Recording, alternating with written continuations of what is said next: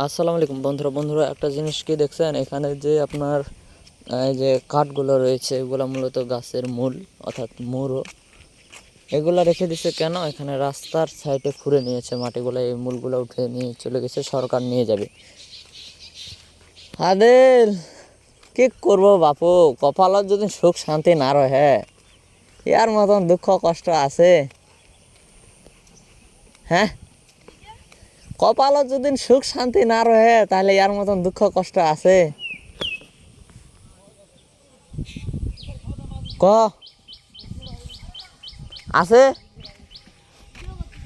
না এটা একটা ওই যে কিবা স্পাম ভিডিও